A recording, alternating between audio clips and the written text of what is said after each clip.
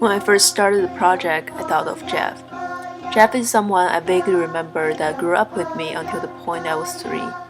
He moved to America that year and has been an American citizen ever since. That was 1994, and I was 9. Jeff is whom you would call a typical 1.5 generation. He came to America in 1994 to reunite with his mom, Linda. He had no idea what was going on with Linda and did not know English at the time.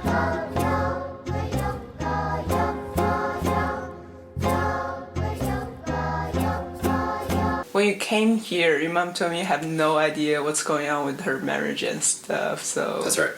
Well, I was too young to be shocked. I don't understand what marriage is at that point. But I was kind of aware of what it means to be married. So I saw a wedding photo of her and my stepdad, and that's when I realized, oh hey, they're not just like friends that live together; they're married. So that's kind of how I found out. She didn't tell me.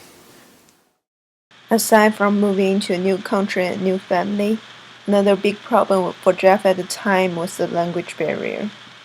会说 How are you 吧，他还是，应该有一点点英文的，但是不会很多。Very, very little. I'm sure it was challenging, but at the time I think I was too young to be afraid of new things. I mean, everything was exciting because everything was different. And I mean, having my grandma there definitely helped the transition, because she knew how to take care of me, and it was like having someone there that you always knew. Because at that point, I haven't seen my mom for a few years, and I didn't know my stepdad at all. So it was like living with strangers, sort of. Jeff grew up in the Midwest ever since he moved here. I guess that did not help him connecting with the Chinese community because there were so few. When I reconnected with him in 2005, he has already forgot how to speak Chinese and seems very Americanized already. Yeah, so when I first moved here, I didn't have any Asian friends. My first friend was my neighbor, who was a few years younger than me. So I don't know, he was like 5 or 6. So that was my first friend. But the first friends I met that were my age, there was 2 of them that were, one was Pakistani, one was Indian, one was Caucasian, and one was, I think, Eastern European. So there wasn't many Asian kids in my neighborhood, and I didn't know them. So that's one reason why my English accelerated so quickly. You have to communicate. Why I forgot Chinese so quickly. I guess I can't really blame him on that. He did have a lot in his plate and trying to fit into the society at the time. But how did it all happen? 确实是比较辛苦，因为在家里头是完全是英语环境，对学英语就是加速学英语当然有好处，但是非常就说不容易吧，在这种环境里，就是强迫你必须 communicate 用这种英语就不容易。So yeah, so I need a lot of help because I wouldn't be able to keep up in the regular curriculum with an English speaking class. And by the time I hit 6th grade, I remember they were asking me if I could like help translate for someone else.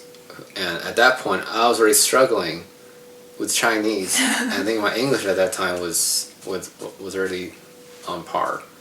So yeah, I mean, it took about 2 years to kind of make that transition. 你像因为这样 try 很 hard 去融入这个社会，融入这个家庭，它比较真是不容易，就是说 instant 的。那对这样也不容易，就是 instant 发了，它是 instant 上，就是完全这么一个 relations。 I guess we could say Jeff went through a classic straight line assimilation. But for him, the acculturation and assimilation really happened at the same time, and full assimilation really was necessary for him to get the society acceptance. Linda told me she was trying to convince Jeff to take Chinese classes when he was in high school, but Jeff didn't want to take much more classes. And by the time Jeff wanted Chinese again, it was when he is already away in Iowa University. Yeah, I think they were offered Chinese classes. I think it was 5 credits for some reason. But I think I never had the push to do it. For one thing, I went to school in Iowa. Mm-hmm. So the need to speak Chinese was not at all. There's no need for that. Yeah. I mean, however small of a Chinese community there is where I grew up, it's even smaller at Iowa State University. I never felt the need to kind of grasp towards having Chinese friends or Asian friends for that matter. Because I don't even know this, but a lot of people, they tend to stick with people from their same background, ethnicity. I never did that because it's not even so much I try to avoid it. It's just for whatever reason, probably because where I lived, I didn't have that opportunity really available. I mean, I didn't go seek it out either. So I was so used to just not having a Chinese circle of people to surround myself with that I never. By the time I got to college, it felt weird to try to join these Asian alliance groups in college. I was like, why would I put myself out there, identify myself like that? I never felt the need to do that. So that's another reason in college I never really had an Asian friend either. Linda told me growing up, Jeff really didn't deny his Chinese side. But when we look at the ethnicity definition, I really don't see Jeff defining him as a Chinese, or in that case, Chinese American. I was curious. I had to ask, what was Jeff's self-identification? Did he ever even relate to his Asian side growing up just like any other American citizen? I haven't had to ask myself that question very often growing up, because it's not like every day. A lot of Chinese Americans, like, they come home and it's like stepping back into their culture, right? Their family setting is very much following the Chinese culture, and my home was not like that. So it's really, when I'm not at home, I'm completely submerged in American culture, and even when I come home, it's much of the same. So I mean, yeah, I didn't really have that that separation at all. So I mean, I really didn't think about that much, because I definitely look Asian. I am 100% Asian physically. So I'm sure, when someone else sees me, I'm sure they see an Asian person. But the second they start speaking to me, I think they realize that most of the time people think I was born here. But then I tell them, no, I came when I was 9, and usually the second response is, wow, your English is very good. And then somehow it always comes up, you speak Chinese. And like, no. Then they're like, I don't understand. You came here when you're 9, but you don't speak Chinese. So further into our interview, I started looking for some aspect that Jeff is still closely attached to Chinese culture. Linda said one year they tried to celebrate Chinese New Year with a Spring Festival by going to the Chinatown, but that did not turn out to be a great experience. I guess start at that point, they stopped doing that as well. We always acknowledge Chinese New Year. We call home.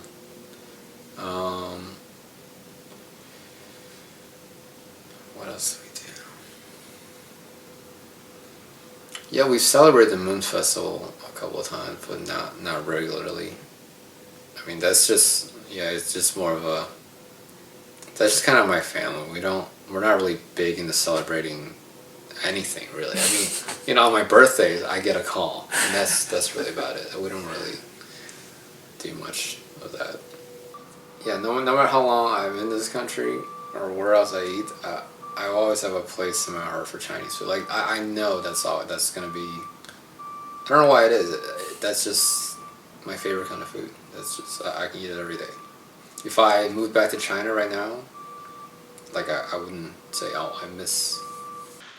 But I guess that was too general. All people like Chinese food now. But another thing that he was the engineering major make me wonder, was Linda a tiger mom that I didn't know? She certainly tried. Yeah, I mean, I think she's very aware of how tiger moms are in this country, and she certainly wanted that kind of, I guess, achievements for myself. I just didn't reach us, and for reasons I won't go into right now, she didn't keep pushing, you know. Plus, those kind of things, from what I understand, tiger moms, they start early. They start like from when they're in preschool, whatever. Do this, these classes, these clubs. I mean, she didn't have that opportunity. She didn't. I came here when I was 9, and I had to do the transition into just being acclimated here. So I think by the time she started to try to put me on the tiger mom track, it was kind of late. Yeah, because when I went into college, I had no idea what I wanted to do. In fact, I entered college as a architecture major. Yeah, at that point, I didn't really know anything about engineering, really. But yeah, she spoke to me, and she knew how lost I was, and she was trying to give me some direction. And of course, she's looking to the future, and I wasn't at the time, right? She's looking to the future, saying and telling me, being an engineer, you have a much better chance of not only finding employment, but this. Well, yeah, that's the main thing. It's a lot easier to find a job as an engineer than an architect, and engineering is more broad than being an architect. Well, 是我 push 的啦。他进那个 Iowa State 是进的 architecture，因为那个时候就说这个房屋市场已经，就说这种 design 什么这些已经开始因为美国已经开始呈下降趋势，所以我就说你喜欢不喜欢 engineer，engineer 的前途比较好。